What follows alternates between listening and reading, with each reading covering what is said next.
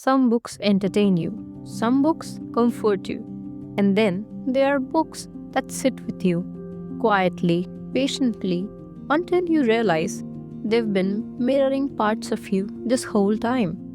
Might As Well Be an Ocean was that kind of book for me. I didn't pick it up expecting to feel so exposed.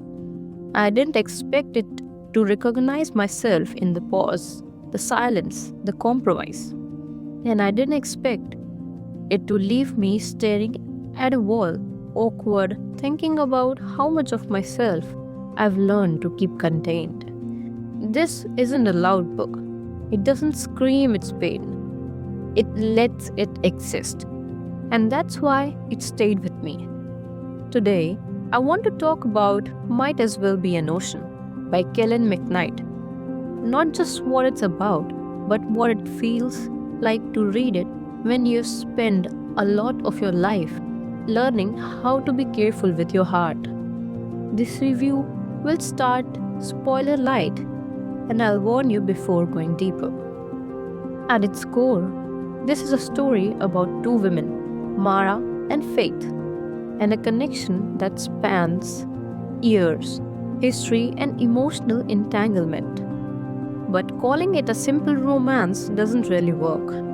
This book is about loving someone longer than you admit, accepting uncertainty because certainty feels unreachable, learning to survive emotional neglect, and believing that wanting more might be selfish or dangerous. Mara is guided, analytical, emotionally armed. She has emotionally armored. She has learned how to endure rather than ask. Faith is warmth and light and familiarity, but also inconsistency. Together, they create something tender, messy, and deeply complicated. And that complexity is the point. Mara is one of those characters who doesn't announce her pain. She intellectualizes it. She's sharp, observant, often funny, in a dry, self aware way. But underneath, that is someone who learned how early that safety comes from self resilience, self reliance. She doesn't expect to be chosen, she doesn't expect permanence. So she shapes her desire into something smaller, something survivable. Reading her inner world felt uncomfortably familiar.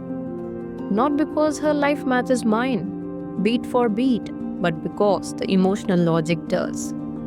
When you grow up learning how that love is unconditional, you stop asking for more than what's offered. You learn to accept closeness without commitment, affection without certainty. Mara doesn't believe she deserves the whole thing, so she accepts pieces. Whereas Faith is magnetic. She is affectionate, warm, expressive, the kind of person who feels like home before you realize how much power that gives her. And that's what makes her presence both beautiful and dangerous for someone like Mara. Faith doesn't set out to hurt her, but she also doesn't fully understand the depth of what Mara feels or the cost of inconsistency to someone who has built their entire emotional life around not needing reassurance. Their dynamic feels painfully real because sometimes the person who feels safest to you isn't the person who knows how to hold you steadily. Whoa, that's a big line. This is one of the most emotionally accurate friends to lover story I've read. Not because it's cute, but because it's complicated also. There's a history here. Years of unspoken tension, boundaries that blur because neither person wants to risk loss. And that kind of dynamic doesn't come from romance, it comes from fear. Fear of naming things, fear of wanting too much, fears of breaking what exists already. The book understands that deeply. It doesn't rush the shift, it lets the longing sit, it lets the silence do damage. Something I genuinely loved about this book and doesn't see talked about enough is how funny it can be. Not a loud joke heavy way, but in the way real people are funny when they're overwhelmed. Mara's internal commentary is often self deprecating, awkward, and quietly hilarious. Her brain spirals, she overthinks, she catastrophizes, and then immediately locks herself for it.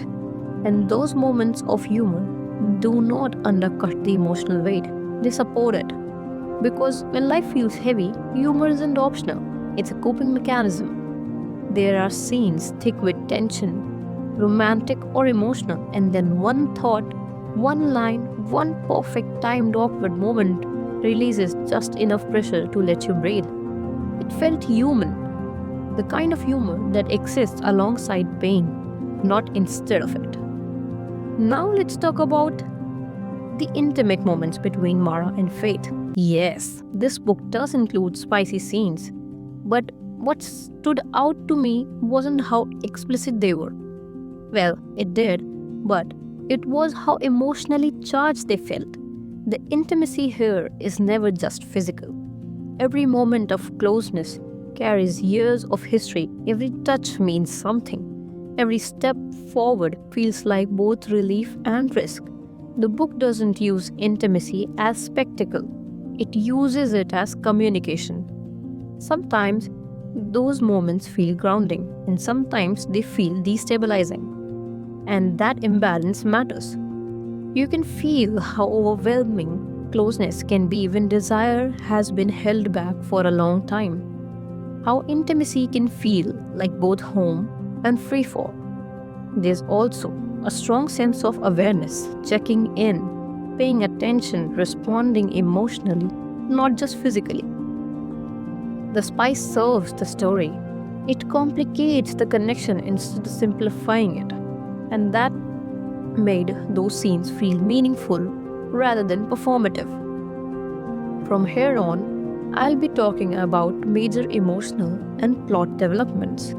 If you want to read the book first, this is a good place to pause. The fake engagement storyline was one of the most painful part of this book for me. Not because of the truth, but because of what it represented. For Mara, it was pretend. It was hope wrapped in humor. Watching her agree to something that wasn't truly hers just to keep closeness intact felt devastating. Because it showed how deeply she'd learned to prioritize connection over self preservation. That moment wasn't romantic, it was revealing. One of the hardest themes in Might As Well Be a Notion is settling for uncertainty, half truths, emotional proximity without commitment, because wanting more feels dangerous. Mara doesn't believe loneliness is optional, so she chooses something familiar instead, and the book doesn't judge her for it. It lets us see why. The story doesn't offer quick healing.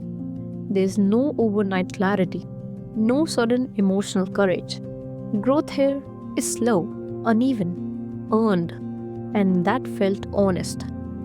This book is for readers who love quietly, feel deeply but speak carefully, have learned to survive instead of ask, are afraid of wanting more. It's not an easy read, but it's a gentle one.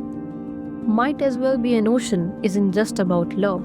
It's about endurance, about silence, about learning that surviving isn't the same as living. This book gives me answers, but it asks the right questions, and sometimes that's enough. If you have read this book, I'd love to know how it made you feel. If you're still carrying quiet parts of yourself, you're not alone. If this review resonated, you can subscribe to @REYA for more honest conversations about queer books and quiet stories. Until next time, keep reading, keep feeling, and be gentle with yourself.